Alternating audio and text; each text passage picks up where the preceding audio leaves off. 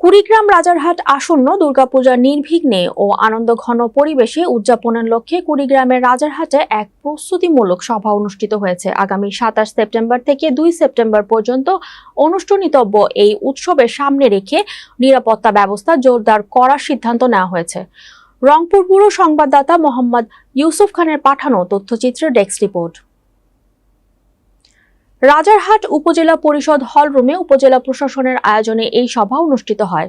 সভায় সভাপতিত্ব করেন উপজেলা নির্বাহী অফিসার মোহাম্মদ আল ইমরান। এছাড়াও রাজারহাট থানার ভারপ্রাপ্ত কর্মকর্তা মোহাম্মদ নাজমুল আলম, আইন শৃঙ্খলা বাহিনীর সদস্য, রাজনৈতিক নেতৃবৃন্দ, বিভিন্ন পূজা মণ্ডপের সভাপতি, সম্পাদক, সাংবাদিক এবং প্রশাসনের কর্মকর্তারা উপস্থিত ছিলেন। সভায় জানানো হয়, রাজারহাট উপজেলার মোট ১২৩টি পূজা মণ্ডপে দুর্গাপূজা অনুষ্ঠিত হবে। এ সময় আইন শৃঙ্খলা পরিস্থিতি স্বাভাবিক রাখতে সর্বোচ্চ গুরুত্ব দিবে উপজেলা প্রশাসন। নিরাপত্তা নিশ্চিতে পুলিশ, আনসার, বিডিপি, গ্রাম পুলিশ এবং স্বেচ্ছাসেবক সদস্যরা সার্বক্ষণিক দায়িত্বে থাকবেন। এছাড়া রাজনৈতিক নেতৃবৃন্দ, জনপ্রতিনিধি এবং স্থানীয় ব্যবসায়ীদের সহযোগিতাও চাওয়া হয়েছে। উপস্থিত সকলের শান্তিপূর্ণভাবে পূজা উদযাপনের জন্য সবাইকে ঐক্যবদ্ধ হয়ে কাজ করার আহ্বান জানান।